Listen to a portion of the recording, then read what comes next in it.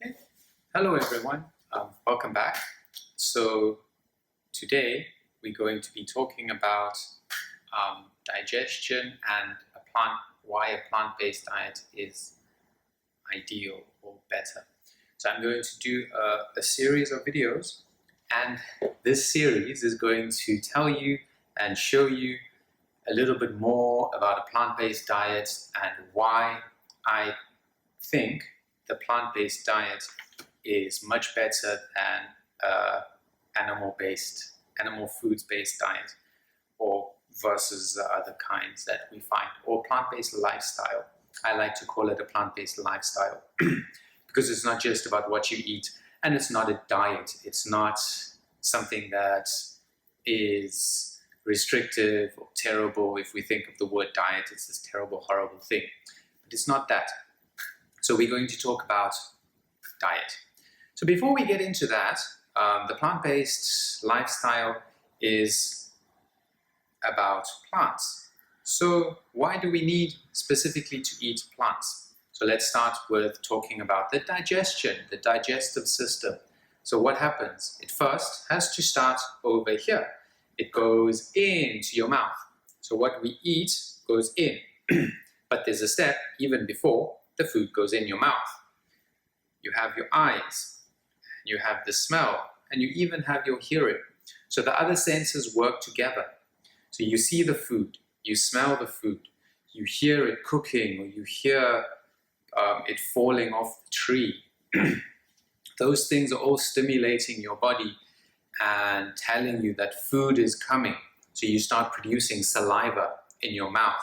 So in saliva, you have amylase, which will start the digestive process. It will start already breaking things up into smaller parts, and it will make a bolus. So a bolus is a little ball that forms in your mouth while you're chewing, with a chewing action, and then that's what's going to go down your throat. It's called a bolus, but it's a little ball of food. So when you are chewing, your food is being moved around your mouth, and your tongue will make it into a little ball, and then it's going to go down your throat. So this process of chewing in your mouth, in your saliva, you don't have an enzyme that can break down protein. There's a little bit of that can break down fat, tiny amount, not a lot, a bit of enzyme that can break down fat, but the most is amylase, which breaks down carbohydrates. So that is important because that shows us, that's one of the reasons why we should not be eating animal products, because digestion does not start in the mouth. Okay, so then the food goes down your throat by peristalsis, or gravity movement, the muscles moving it down to your stomach. So you've chewed your food really well, you've mixed it, you've sent it down your throat, and you have to chew your food really, really well, so that the stomach's work is made much easier and the process that it goes through is faster, quicker. Okay, so the food goes down into your stomach. So your stomach is the next part. Your stomach does not absorb nutrients. The only thing that can be absorbed in your stomach is alcohol. That is terrible. That's not good for you. Harmful to the body. Do not drink alcohol. It's bad for you. Everyone knows it's bad for you. It's heavily taxed. There are warnings. There are so many things around alcohol it's bad for you. We should not be consuming it. But let's get back to the food. The food comes into your stomach, then it gets mixed around again and mixed together with your hydrochloric acid that's found in your stomach. So when you start smelling the food, when the food is in your mouth and you are chewing, little sensors are being sent to your brain to tell your organs which hormones to secrete and how much of the hormones it should secrete. So it's going to secrete pepsinogen, which will become pepsin. It's going to secrete all the enzymes that are going to digest your food, your lipase, your protease, your amylase. So those are going to come from your pancreas. So your pancreas is your biggest organ of digestion. So they are going to send the enzymes, then your hydrochloric acid is going to be secreted. So the amount of hydrochloric acid, the amount of your enzymes will be determined by your mouth, because it's already sensing what is being chewed, what's going in. Then it comes into your stomach. So it's going to mix, everything's going to mix together. The enzymes are going to start breaking it down. The stomach acid, the hydrochloric acid, is going to start breaking it down. The thing to know about your hydrochloric acid is that it's not extremely acidic. Okay? It's not the same acidity as a meat-eating animal. A meat-eating animal's pH is extremely low because it has to digest proteins and bone and things that take much more digestion, much more acidic power to digest. We as humans have a different kind of system. If you compare the two digestive systems of a herbivore and a carnivore, it looks extremely different. The teeth are different. The length of the digestive system is different. The pH of the hydrochloric acid is different. Okay. So our system as humans looks more similar to a herbivore's system. Food has to move through much quicker, otherwise it can cause damage. So the carnivore's system is short, its digestive system is short, so the food can pass through, the meat can pass through quickly without putrefying and actually harming those animals. So that's why a lion does not get heart disease, for example, because it's made in such a way that it can consume meat, because it will move through quickly, and the very acid pH of the stomach acid will neutralize any bacteria. Where we are not as lucky as them, it can cause damage. That's why the WHO has actually put processed meat at the same level as smoking, as a level 1 carcinogen. So it's harmful to us because it stays in our bodies and our digestive systems for an elongated period of time. So it has to move through quicker, then it's less harmful, and we can absorb all of the nutrients. So the next step, so it goes from your stomach into your intestines. Between your stomach and your intestines, there's a valve that will only open when the contents of the stomach is a certain liquidity or kind of viscosity, a certain liquid form. It's not going to send solids into your intestine. Okay? It's only going to open when the stomach contents is liquid enough. So that's important as well. If you keep on adding things into your stomach when your stomach has not been emptied, that valve is going to close and your stomach is going to remain full, and it's going to continue digesting and digesting, breaking it down,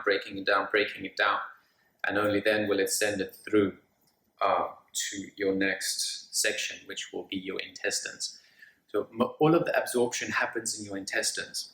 Okay, so the three parts of your intestine, the duodenum, the jejunum, and the ileum. So different parts have different functions as to what it absorbs. That's a topic for another video, because it will take an extreme amount of time.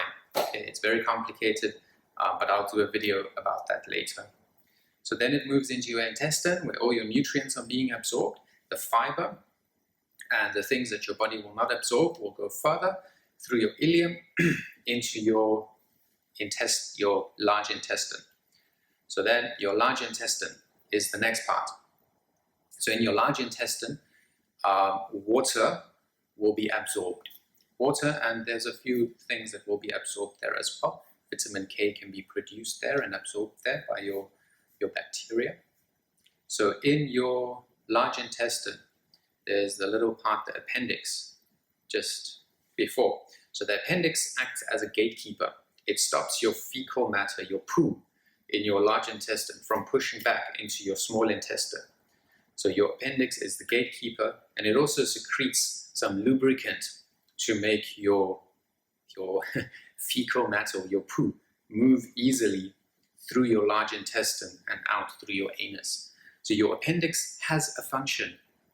they have found this. There are studies that show people who have their appendix removed have a higher risk of colonic cancer because you don't have that gatekeeper anymore and you don't have that lubricant being applied to your fecal matter to help move it through your bowel. Okay, so in short, that is your digestive system. So you want to move things through your digestive system quickly and easily. A high fiber will help to move things through your system quickly, high fiber diet. So fruits and vegetables help your system work and move easily. Seeds and nuts help that along as well. Animal products will clog up your system. There is no fiber in animal products and it's high fat, high protein. It will stay in your stomach for a long time and it will become stagnant and can cause harm. If you leave a piece of meat in a very humid environment at about 30 degrees, or your body temperature is even higher, 37 degrees, for a few hours, see what happens to that piece of meat. It will rot, it will putrefy. That's what's going to happen in your stomach. That can harm your body. So then I quickly want to talk about your organs that will help the digestive function. So I've spoken a little bit about the pancreas. The pancreas is your main organ of digestion because it secretes your enzymes. If you don't have enzymes, you cannot break down your carbohydrates, your proteins, and your fats. If you cannot break those down, you cannot absorb. Your intestine doesn't absorb carbohydrates, proteins, and fats. It absorbs amino acids, glucose and simple sugars, nutrients, the fat-soluble vitamins, the omegas, the shortened parts. That's what your intestine will absorb. It's not going to absorb these massive big chunks of carbohydrates, proteins, or fats. So that's another thing to note. If you're also eating large meals, it will take longer for your food to move through. Your pancreas will have to work harder and secrete more enzymes and more more and more, so that your absorption, your breaking down can happen quicker. So by eating certain things, eating certain amounts, will put more stress on your organs.